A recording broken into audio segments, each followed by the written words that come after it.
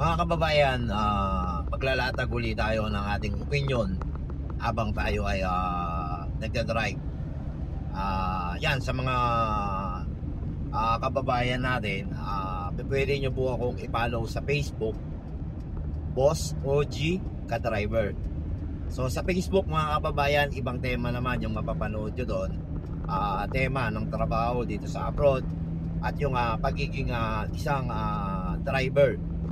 Ngayon, eto mga kababayan, sino na naman itong lintik na nakaisip na to na kung sakali daw bumaba si BBM sa pwesto, ang gusto niyang ilagay para maging caretaker ng ating bansa ay si RSA or si Ramon Ang. Politikang politika. Hindi na tayo natapos sa politika. Napatiwala sa konstitusyon, iminumungkay nyo, hindi lang makaupo si VP Sara. Lintik naman walang ganun. Kapag bumaba si Bongbong Marcos, ang nasasaad sa ating batas at konstitusyon, ang papalit ang vice presidente. Hindi usapin dito yung ayaw nyo kay VP Sara o gusto nyo kay VP Sara. Ang usapin dito, sundin natin yung batas. Itong si Magalong, na hindi naman natin alam kung ano talaga yung pinapaniwalaan nito Ika, naging bahagi ng ICI yan, tapos nag-resign, tapos ngayon nandun na naman, tapos ngayon nananawagan naman o minumungkahi niya na maging caretaker itong si RSA. Parang salang-sala na Halatang halata yung kulay ng politika sa mga ganitong klaseng tao na para hindi lamang maupo si VP Sara kahit wala sa batas, kahit wala sa konstitusyon. Yun ang gusto nilang mangyari. Ganun din pala ang gusto mong mangyari na hindi sundin yung konstitusyon. Bakit hindi mo pa rin rekomenda yung sarili mo? Diba? Total naman, nagmamagaling ka, nag-iimbestiga ka. Yung baha nasa Maynila, nasa Bulacan, doon ka sa Davao nag-iimbestiga. Pag ganito ng ganito yung bansa natin, wala nang mangyayari. Ano ba talaga? Bendalo na ba talaga? Pinapahirapan nyo yung taong bayan Sinasalaulan nyo yung taong bayan. Ang taong bayan ang kailangang magdikta kung sino ang papalit kay BBM kung sakaling bababa siya sa pwesto. Hindi kayo. Sino ba kayo? Diba? Una, ano bang posisyon ni RSA o ni Ramon A sa gobyerno?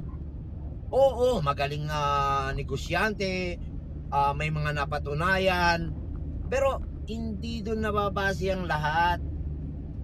Meron tayong batas na kinakailangang sundin kung sakaling bumaba si Bongbong Marcos. Nangyari na yan nung pinatalsikan naman ni Bongbong Marcos.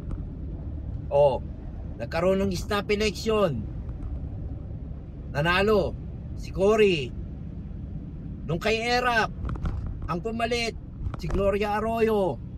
Tapos ngayon, kung bababa si Bongbong Marcos dahil ayaw nyo kay VP Sara, kailangan maghahanap kayo ng ibang caretaker.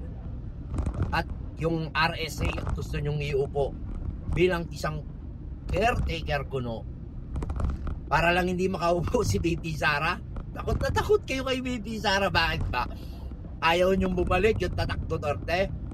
Ayaw nyong bumalik yung mga panahon na takot mangurakot yung mga kurakot na politiko. Ayaw nyong bumalik na baka mawala na naman ang droga sa ating bansa.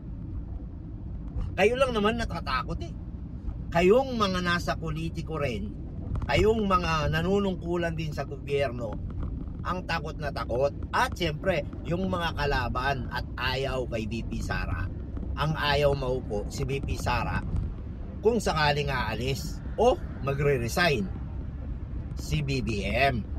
Diba? Ayaw nyo ng gobyerno niya kasi alam nyo na hindi uubra yung mga kalokohan nyo. Ganun lang naman yun eh. O kaya naman, gusto nyong kayo ang mabuno ng bansa. At alam nyo na kung si VP Sara ang makakalaban nyo, wala kayong kapana-panalo. Tanggapin nyo na yan. Kahit magsanib pwersa na kayo, mga loyalista, mga pinklawan, mga dilawan, magsama-sama na kayo.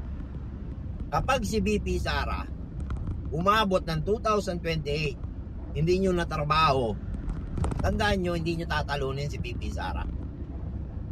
Alam nyo yan, alam nyo rin sa mga sarili nyo yan. Huwag na kayong magmahang-mahangan at huwag nyo na rin lukuhin yung sarili nyo. Ha? At kung sakali naman, kapit tuko nga, di ba? Paano naman bibitaw yan? Paano naman magre-resign yan? Pero kung sakali talagang bumaba yan o mapatanggal yan sa pwesto si BBM na yan, walang ibang papalit kundi si VP Sara. Yun ang nasa konstitusyon at yun ang sundin natin. Kaya wala nang arte-arte, wala nang eme-eme, wala nang kung sino-sino pa yung gusto nyong mamahala sa bansa natin. Sumunod tayo sa batas. Yun ang nararapat at ibigay natin yun sa mamamayang Pilipino. Hindi yung nagmamagaling na lahat eh. Nagmamagaling na, nakala mo mas magaling pa sila sa kung sino man para hawakan ang bayan natin. Pero kapag nandyan naman sa mga posisyon, wala nang ginawa kundi magnakaw ang mga inayupak, di ba? So masyadong obvious yung mga kulay nyo sa politika. Wala tayong maraming pag-uusapan. Kapag bumaba si BBM, si VP Sara ang magiging presidente. Yun ang nasa batas, ayaw man natin o gusto natin, yun ang nasa batas.